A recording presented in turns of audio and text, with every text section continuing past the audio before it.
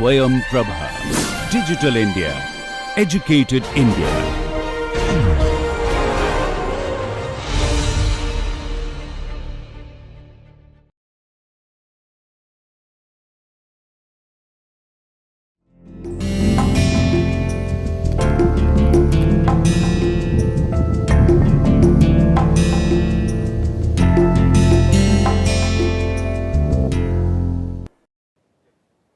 Welcome to this manufacturing process technology part 1 module 2.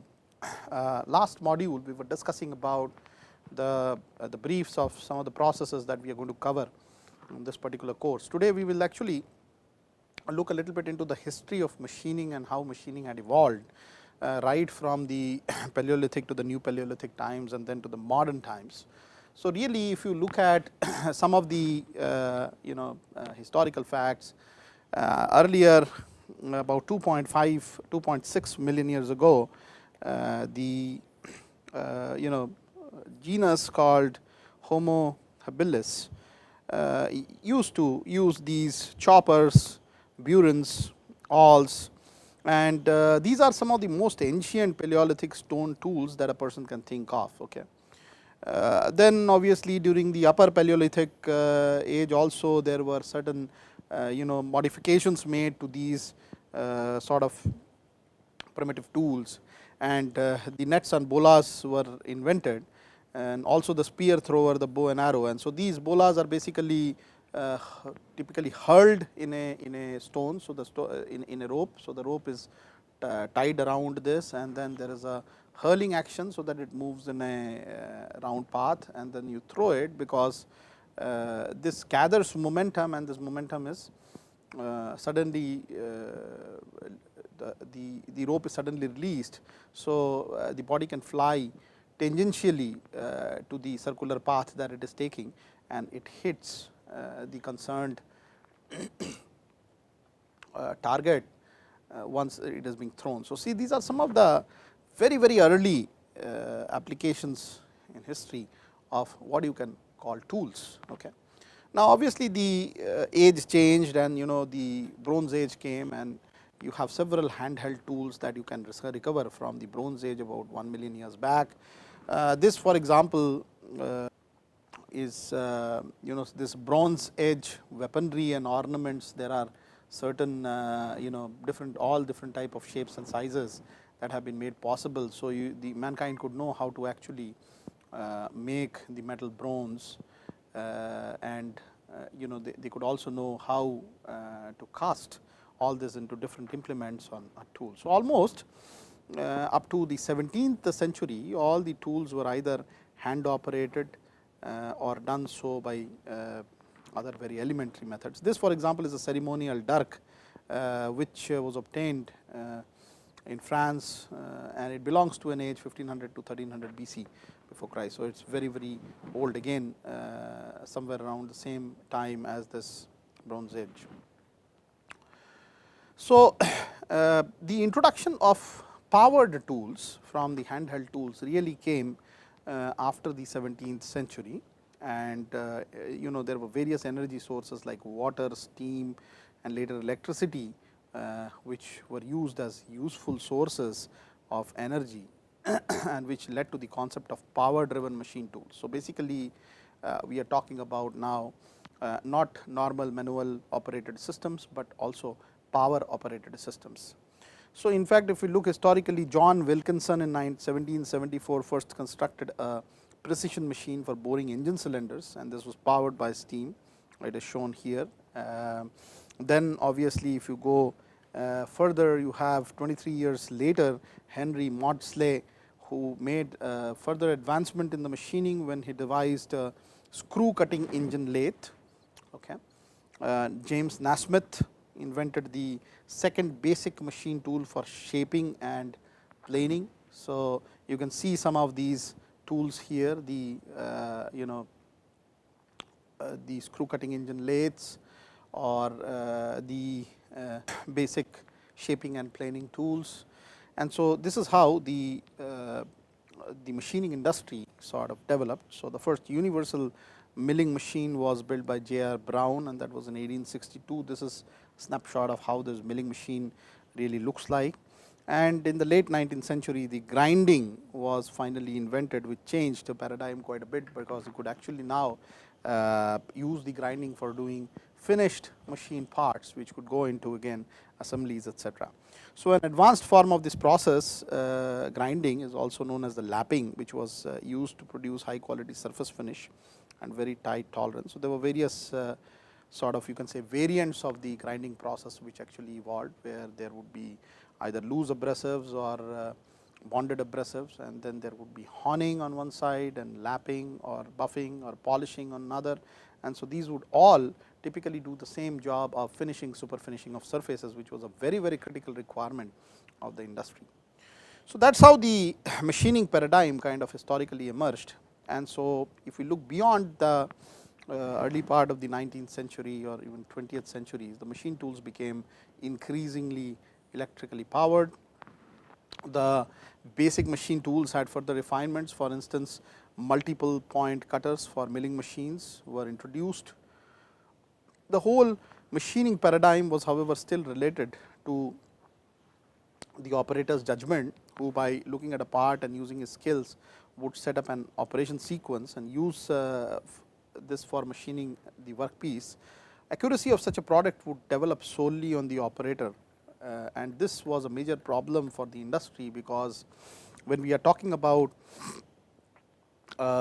human angle in it is a matter of perception, and the two different operators may have a different perception of how to carry out machining, or they may even have different skill sets, and there is going to be a large variability at the outcome, which is the product.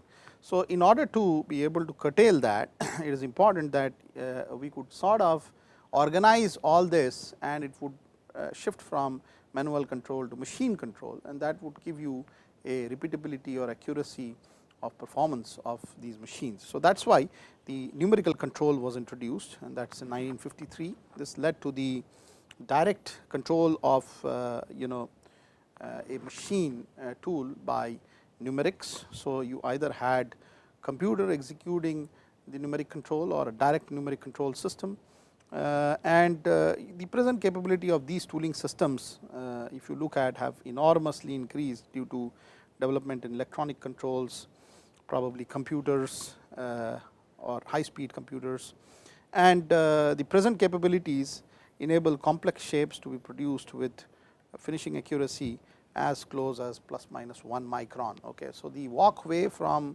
the early 17th century all the way to the current day has led to the emergence of increase of flexibility. Almost these days you can do anything using machining, and that too at a surface finish level of about plus minus 1 micron. So, that is a historical walk of the machining industry. Then evolved the modern machining practices, and this is somewhere we want to really model and look into different processes, where these modern machining activities really emerged because of a lot of requirement of the industry in terms of new materials, new composites, new high strength systems, etc. And there was a lot of harder, stronger and tougher materials which were increasingly being designed by the engineering to serve the requirements of the growing industries, which were either automotives or aerospace or things like that. And it was very difficult to cut such systems with the conventional machining paradigm, and therefore, there was a need for giving some other non-conventional or non-traditional way of removing the machining, which would make the machining independent of the material properties that are being deployed for various applications. So, now these non-conventional machining tools would use energy in some form, which could either be mechanical or thermal or chemical or electrochemical, and the mechanical energy per se is the energy which was not because of a direct metal to metal contact, but because of throwing grains or impinging grains onto a surface, and the grain would be an abrasive grain which would create a brittle fracture. So, mechanisms like, for example, abrasive jet cutting or abrasive jet water machining emerged, and there were a lot of flexibilities again which spanned over different domains of materials to be cut in different complex shapes, different surface integrities, and this whole new business of non-traditional machining started.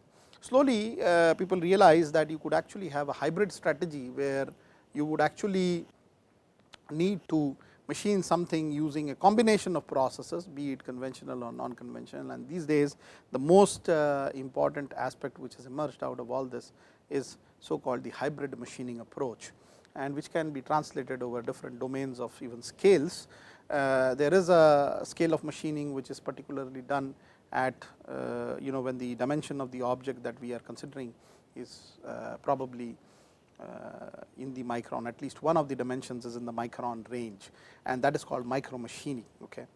People have gone further beyond the micron range, where they have been able to reduce the size of at least one of the dimensions of the component to less than a micron, and this is called the submicron machining, or the even the mesoscale machining systems.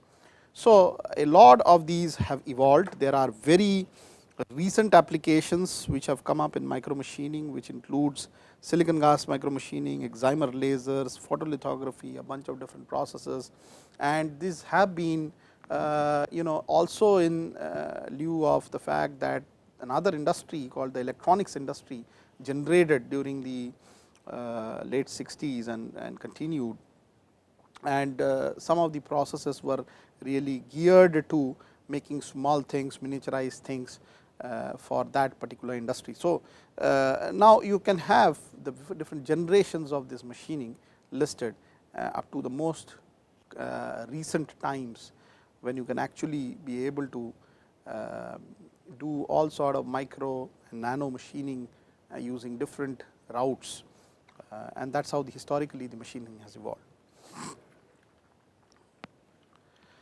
So if I look at some of the machining accuracies, and if we look at year wise breakup of these accuracies, so on the right here I have made the equipments and machine tools that are being deployed.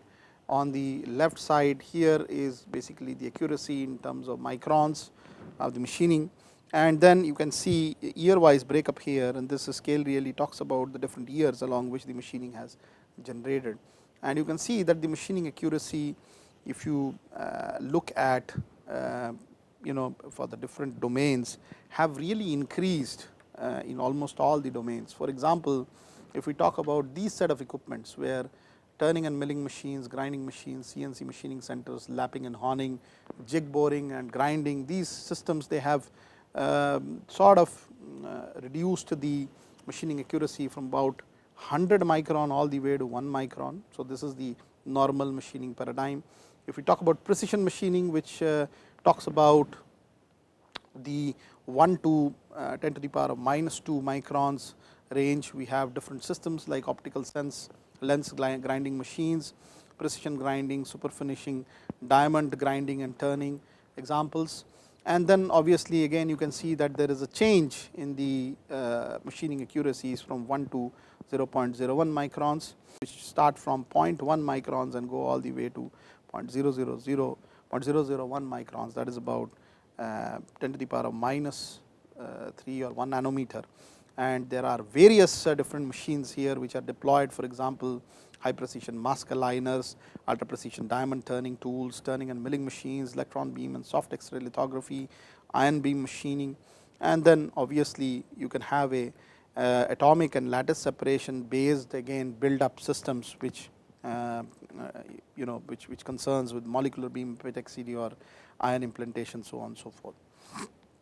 There is this whole new paradigm of self assembly processes, where materials get self synthesized, and that can give you again atomic spacings or atomic layers. Okay. So now you can really manipulate the material to the level of the atoms, okay, and be able to produce such a system of accuracy.